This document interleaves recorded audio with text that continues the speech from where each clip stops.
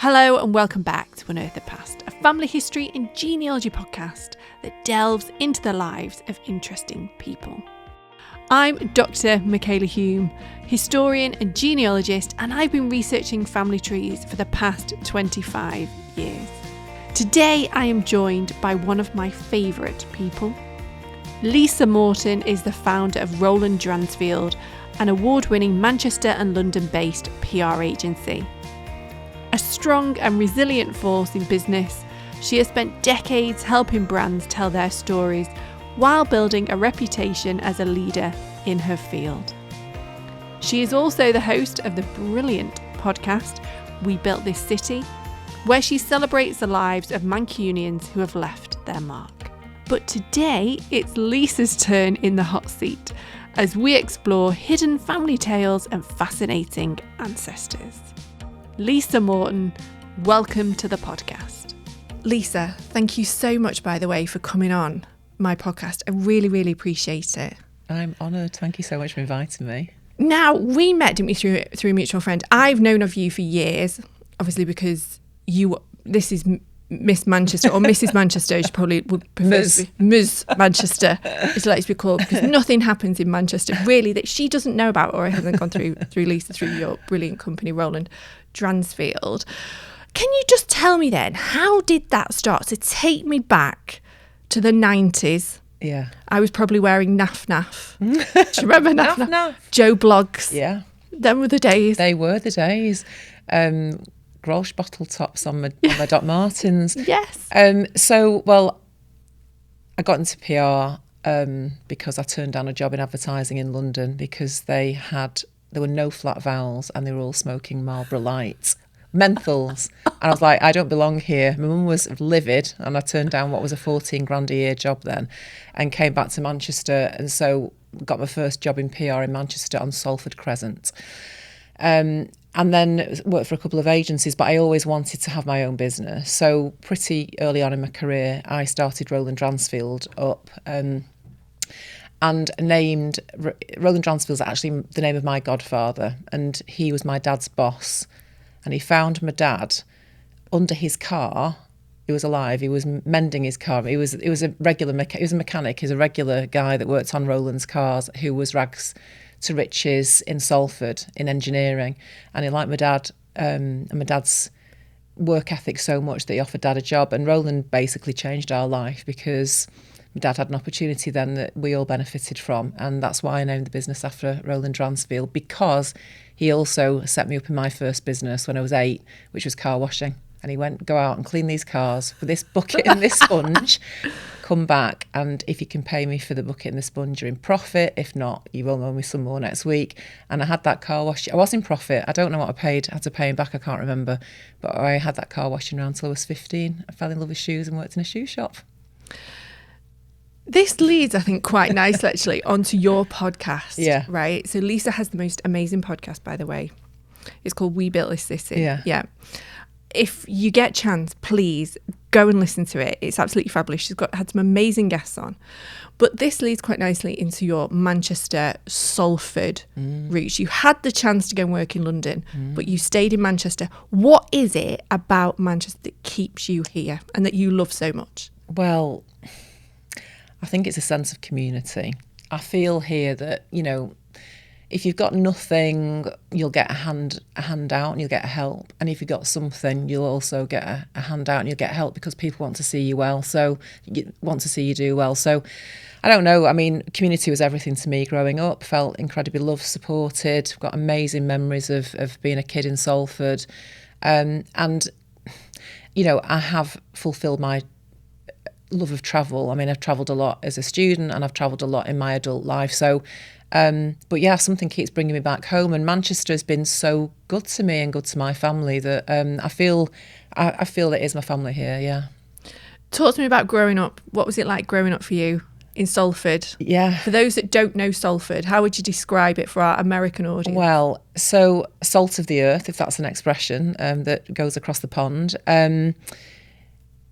Community all day long. Everyone was your uncle or your auntie, whether they were or not. Related or Uncle not. Arthur, Auntie Beryl. And yeah, I mean, literally, the back doors were open, and if you needed it, regularly people would borrow a cup of sugar or some butter. Or my mum was a bit of a snob. I think she saw herself, so she didn't like the door open. We had to have our door closed, so people had to knock, because otherwise, like, you would just be in a house and people would just walk into your house. Yeah. But you know, we just had an amazing childhood. I lived 2 doors from the school that I went to, so I set up a business from being really young, just like selling stuff and flogging stuff to school as the parents came past. Table sales. Uncle Arthur grew lettuces and he gave me the ones that weren't he didn't want to eat, and I made lettuce butties and flogged them. So it's a really loving, wonderful, warm community where everyone looked out for each other. Should we delve into your family tree? Yes, Are you please. ready? I thought normally would start on your dad's side, your paternal side, but I thought, should we start on your mum's side? And there is a reason for this. Mm-hmm. Do you want to tell me about May, your grandmother?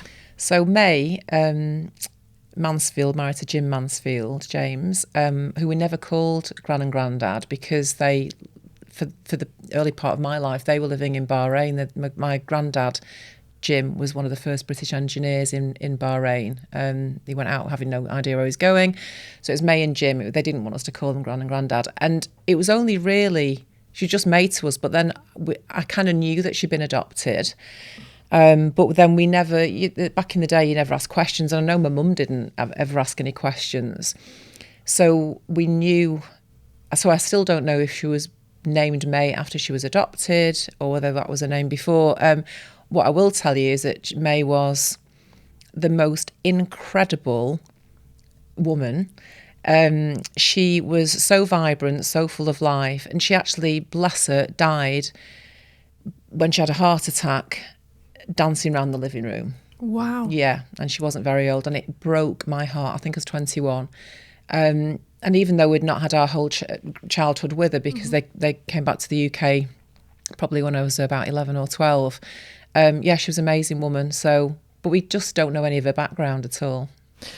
So, because she was adopted and because she was born in 1916, she was born at a time before adoption was legalised. So adoption wasn't legalised until 1926, which means that we don't have the records that we have sort of post 1926.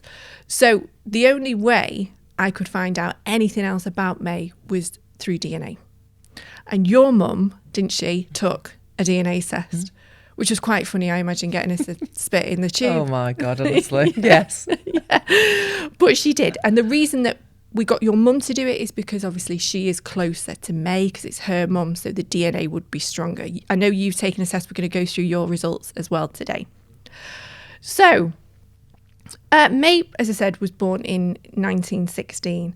The first record that I have for May, paper record that I found, was her on the 1921 census.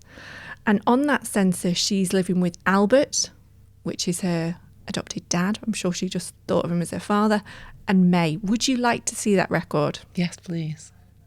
So this is the 1921 census. They are living in Salford, and I don't know if you can make any of that out. I always have to apologise, Lisa, for the handwriting. It's beautiful, but it's quite hard to read. Just says Manchester Lane. And then personal description, bacon rolling. So that's his job. Wow. And then employment, Seaman Meads, Manchester Warehouse. Place of work, George Hall, Manchester. Bacon rolling, wonder what that literally means. I think That's fabulous. And then we've got May Park, wife. So May's mum was called May. Yeah. 36 and 6 months. Married, housewife, and she was at home at the time of the census. So then there's okay, so there's Edward Pankhurst, who's a boarder in the house. Who's a window cleaner. Alfred Edwards, who was another boarder, motor driver. And then May Park, who was 4 years, 9 months. And then what's it say? It says single crossed out and then birth. Let me have a look. Can't read what that says. Yeah, go on. So So at the bottom is your grandmother, May. Yeah. She is 4 years old and 9 months at the time of the census.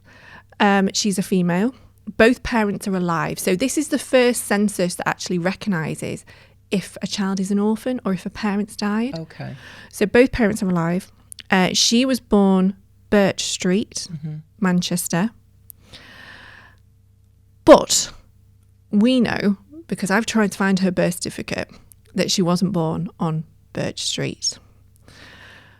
So what a job this was. And I think we met up, didn't we, halfway through the research. Remember, in a garden centre? Yes. And you said to me, how am I getting on? So your mum's obviously taken this DNA test. Yeah. What I then had to do was focus on your mum's side, May's side, and have a look at all her DNA matches. That's everybody that shares DNA with your mum on that side, basically.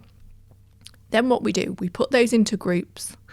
And from those groups, we're trying to look for a name. Who is it that they all share DNA with? What is that common ancestor?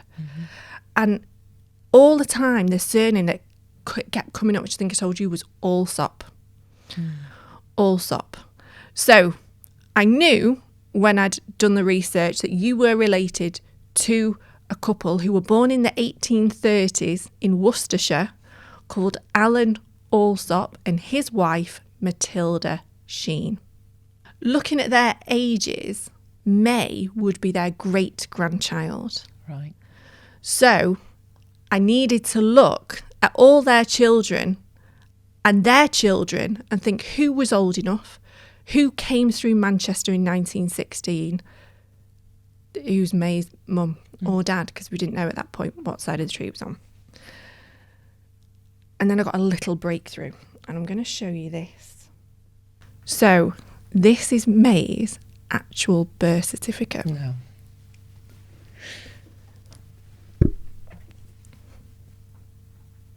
Oh, wow. So the 15th of November 1916, Lloyd Street, Moss Side. So that's where she was born. Yeah. May Parks, girl. Name and maiden surname of mother, Beatrice Ellen Allsop, of no occupation. And then signature, description, and residence of informants. So Beatrice Allsop, mother. So that was her mum, Beatrice Ellen Allsop. Yeah. And if you look, it tells you where the mum lived. Oh, underneath, sorry, Ferny Hill, Tewkesbury. So how on earth has May made it up to Manchester?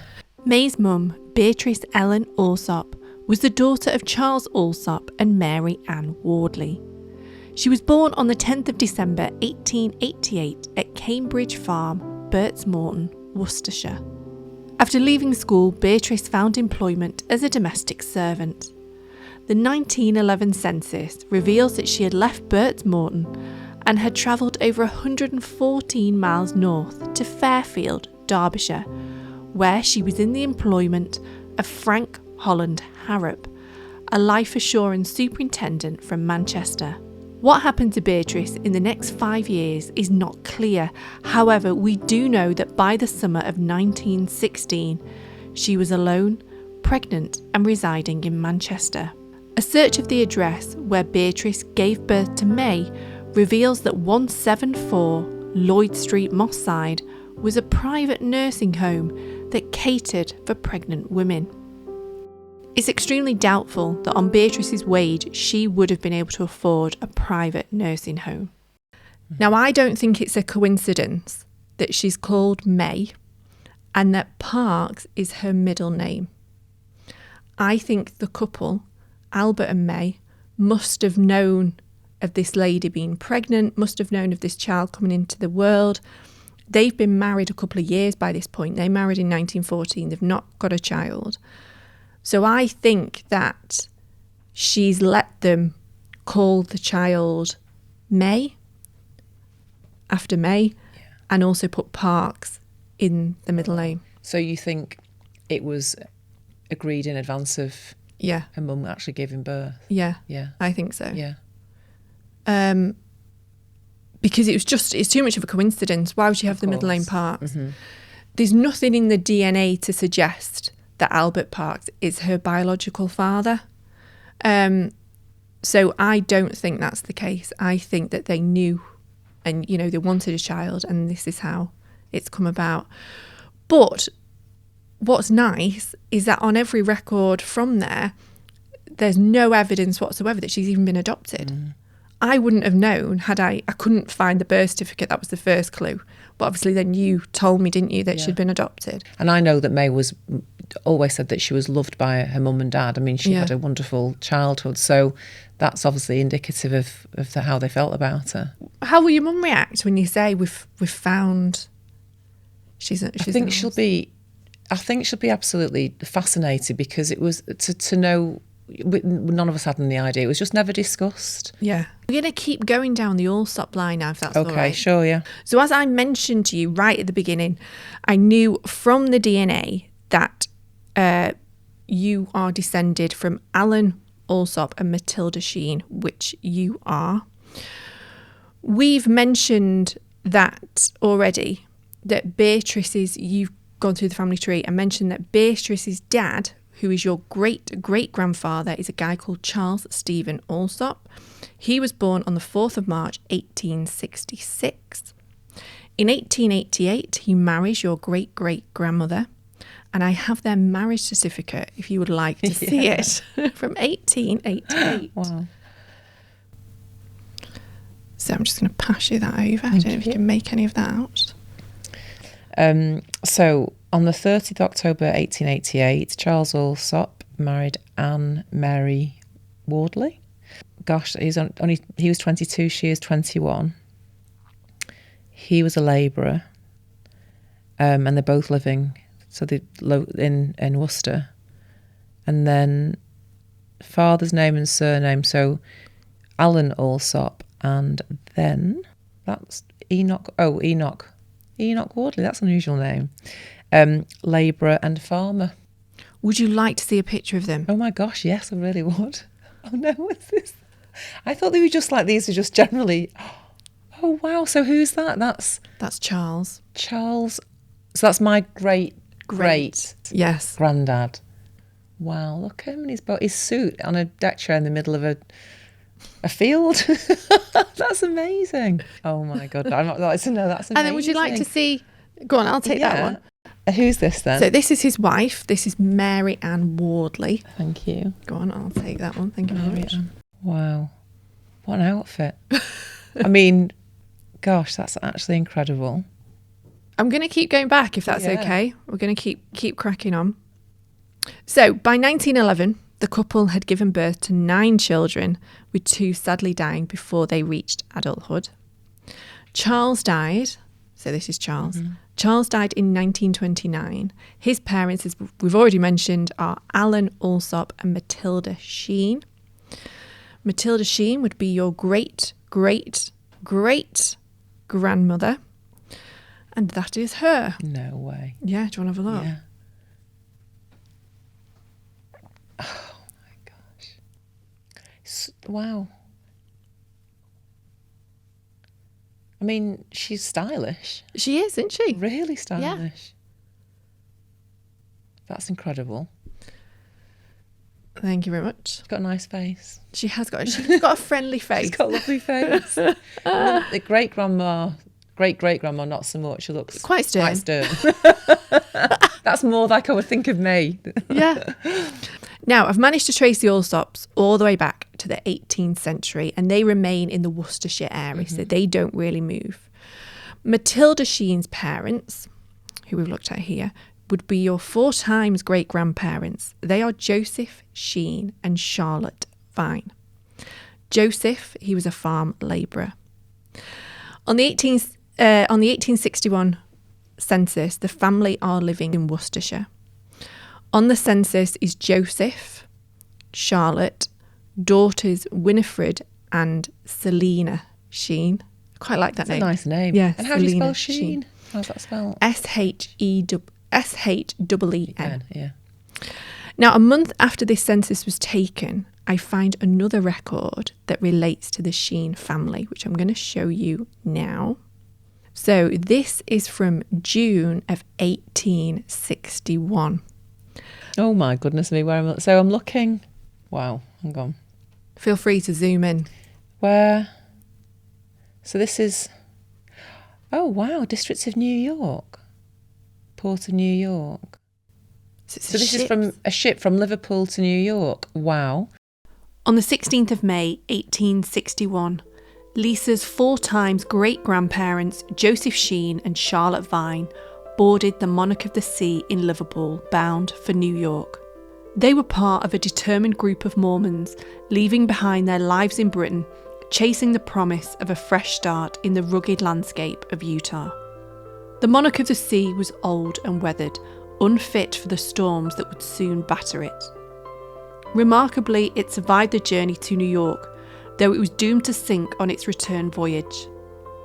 Packed into steerage, the cheapest and most crowded part of the ship, Joseph and Charlotte endured a gruelling 34-day voyage. The grim reality of sea travel would claim 9 lives along the way. When the couple finally set foot in New York on the 19th of June 1861, their journey had only just begun. The trek from New York to Utah was long, perilous, and shadowed by the American Civil War. From New York, the group quietly travelled up the Hudson River to Albany and then boarded a train to Omaha, Nebraska. Silence was their shield as they passed through a nation divided by war, with Mormon settlers cautious to avoid drawing any unwanted attention. On the 1st of July 1861, the group reached Florence, Nebraska, the final staging ground for their overland journey. They rested for 5 days, receiving wagons and oxen to carry them across the harsh plains. Then, on the 7th of July, their 10-week journey to Salt Lake City began.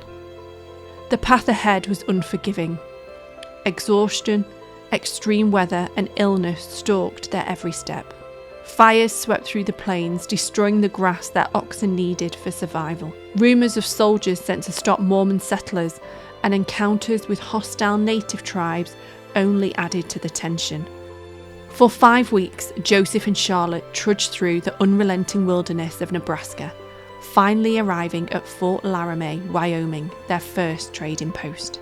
But tragedy struck on the 12th of August 1861. In the shadow of Fort Laramie's rugged frontier, Charlotte fell ill and passed away, leaving Joseph to carry on without her. Heartbroken but resolute, Joseph continued west with the convoy. The group navigated the treacherous Rocky Mountains, passing through Fort Bridger by the end of August. On the 2nd of September 1861, after months of hardship, Joseph and the Mormon pioneers finally reached Salt Lake City. Joseph settles in Salt Lake City, and in 1862 he remarries a lady called Catherine McGregor McNair. We do know that he does briefly return to the UK for a visit, and I have him on the 1971 census. He's living with your great-great-grandparents in Worcestershire. But what's quite funny, on the record, he's put he's a widower. So he's basically said that his second wife has died. But that's not quite the case. Oh. She's still very much alive. But she has written a memoir. No. And in her memoir, she states that Joseph was a gambler. And when her son took over her possessions, he left. Yeah, he left her high and dry. Wow. So we know that he comes back over here for a short time, but then he does go back over to Utah. He dies in Utah in 1883. Joseph and Charlotte Sheen weren't the first in Lisa's family to make the perilous journey from Worcestershire to Utah. 5 years earlier, in 1856, Joseph's brother James Sheen, along with his wife Maria and their children, set out on the same path. James's journey was funded by the Perpetual Emigrating Fund, the PEF, a lifeline for impoverished Mormon converts desperate to join their fellow believers in Utah.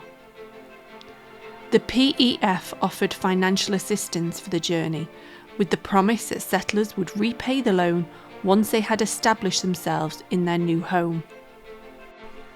James and his family embarked on their journey under the watchful leadership of Edmund Ellsworth, Brigham Young's son-in-law, who personally escorted the group from Liverpool on board the ship Enoch train.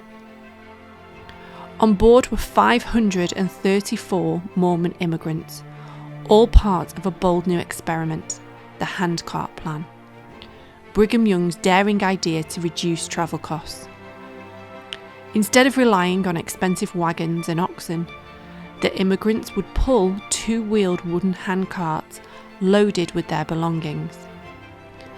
Each person was permitted just 17 pounds of luggage, a weight limit that stripped their possessions to the bare essentials. The Enoch train delivered its passengers to Boston, where they continued their journey by train to Iowa. Once in Iowa, the group waited a grueling month for their handcarts to be built. On the 21st of September 1856, after months of arduous travel, James and his family camped at Fort Bridger, Wyoming, a vital waypoint on the Mormon Trail. 26th of September 1856, James and his children finally reached Utah with the rest of the surviving members of the convoy. Waiting to greet them was Brigham Young himself, accompanied by a welcoming committee offering fresh melons as a gesture of relief and hope to the weary travellers. For James, however, the journey's toll was too great. Just 3 days after arriving in Utah, he succumbed to exhaustion. So when you look at the Mormon pioneers, your family were part of the Mormon pioneers. You joke? That's insane. I have seen Book of Mormon about half a dozen times. Have you? I wonder why we keep going to see it. Oh my God. That's incredible. How does that make you feel, knowing that your ancestors, that you knew nothing about, by the way, before you walked in this room, were some of the early settlers, Mormon settlers in Utah? Just mind-blowing. Yeah. Yeah. Absolutely incredible.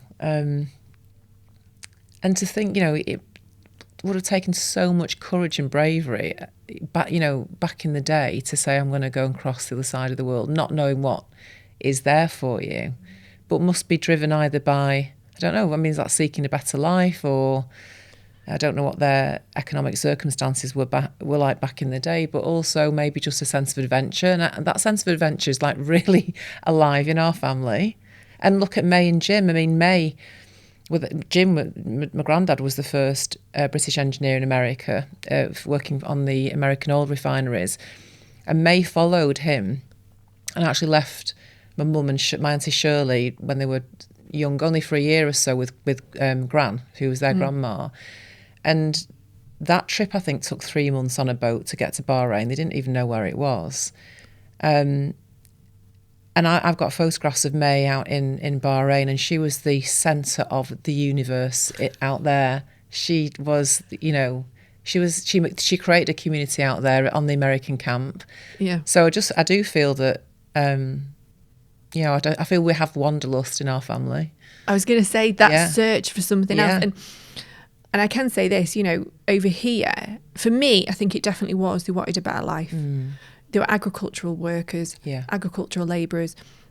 You are totally dependent on your having a good summer, whether you would survive that year or not, or whether you'd end up in a workhouse. So, I think that they were, for me, they definitely wanted that better life. But that runs through, that definitely, look at May and Jim, and May was a real, I know that Jim would never have done that without May saying, go for it, because they had nothing, May and Jim had nothing, and she encouraged him to go to Bahrain and create a better life for them and for my mum and my auntie Shirley, and they definitely did that. Amazing. So you have, by the way, and I must say thank you to John and Leslie, who are your ancestors, who share DNA with you. They are distant cousins. They have done extensive research on the Mormon side of your family tree, and they've been great help. And they have provided us with some of these images. Really? That is the ship, by the way, that your ancestors travelled on to get to New York from Liverpool. That's amazing. I'm going to move on to your dad's side. Okay. Is that all right? Please, yeah. So your paternal grandparents then are Thomas William Murray and Annie Wordsworth. Mm-hmm. The ring a bell? Yes. Yeah? What can you tell us about your... So, well, I never knew Tom because Tom died when my dad was 18, I think. And it was sad because Dad hadn't had a great relationship with his dad, but just as he was starting to build that, they started to go fishing and stuff together, and Tom died not long after that. Right. My nana, Annie Wordsworth, very, very close. She was like, oh my God, amazing. And that's, she's a musician, and she works at Kendall's in Manchester. She's one of the first seamstresses in Manchester. And so, yeah, an incredible woman. But I know that she had a lovely family life, but I don't know much about Tom's side of the family. Well, shall we unpick it? Yes, Shall we go through it? So, Thomas William Murray, Tom, as you affectionately known him, was born on the 13th of January, 1907. He is the son of Thomas William Murray Sr., so they obviously kept the name, and Alice Ann Kelly, who would be your great-grandparents. Alice Ann Kelly, she was born in 1818 Salford. She was baptised on the 25th of July, 1880, again at St Bartholomew's Church. Everybody seems to go through that church in your family. Her parents are John Kelly and Hannah Pearson. John Kelly was born, believe it or not, in Canada. And he came over here. He settled in London and then moved up north. He was in the military for a while. But what's interesting about him to me is he was a trade union guy through and through. And on the 1891 census, he's listed as the General Secretary to the Manchester and Salford Carters Union. And he was one of the founding members of that trade union. It did amalgamate later on. But throughout his life, he was a carter and wanted better conditions and better pay for carters. And it didn't necessarily mean less hours. In fact, at one point in his history, he's actually fighting for their hours not to be cut just because they're going to lose money. So they could get overtime. Yeah, basically they were going to lose money. But he was a real pioneer and a real fighter for the working class men of Salford, trying to get the carters better working conditions. Wow. And I see that in you because I've read, well, in fact, you sent me, didn't you? Before we did the podcast, you sent me a list of your values. Yeah. And your core values that are so central, aren't they, to you and your business? And they're just amazing. And I see that wanting something better for ordinary people in you. That's amazing. That's incredible. Now, I'm conscious of time and I am going to wrap this up because I've got 3 minutes and I just want to go through your DNA. Okay. And we've got Nina here, who's your daughter, who I'm going to see if any of these traits ring true. She's probably going to say no. So, you are 53% England and Northwestern Europe. This is your ethnicity breakdown. You are 38% Ireland. You are 8% Scotland and 1% the Netherlands. The 38% Ireland is on your dad's side. Right. What I want to do now, though, is just quickly have a look at your traits. So, caffeine intake. Oh, God. So your DNA suggests that you are likely to drink a lot more caffeine than average. Is this true? Yes. Yep. I think that's in all our traits, I reckon, in the family, yeah. Competitiveness. It says you are likely to be competitive.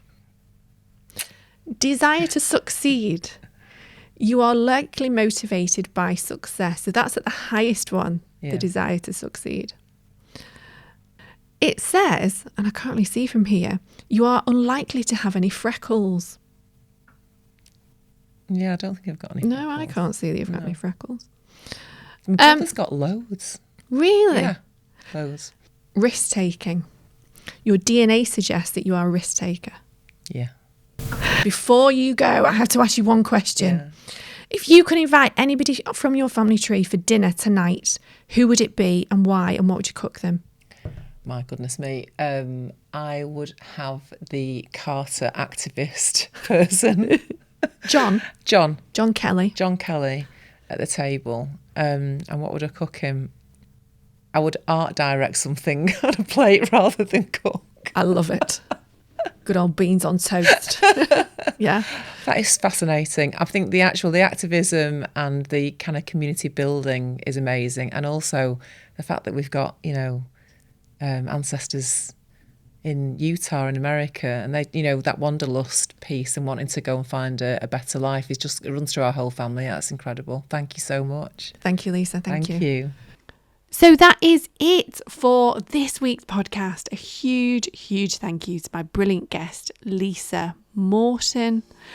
And a massive thank you to you guys for listening or watching. I really hope you enjoyed it. If you would like any aspect of historical research undertaken, you can contact me via my website, which is www.michalahume.com, or on social media at Dr. Michala Hume. Have a great week researching. See you soon.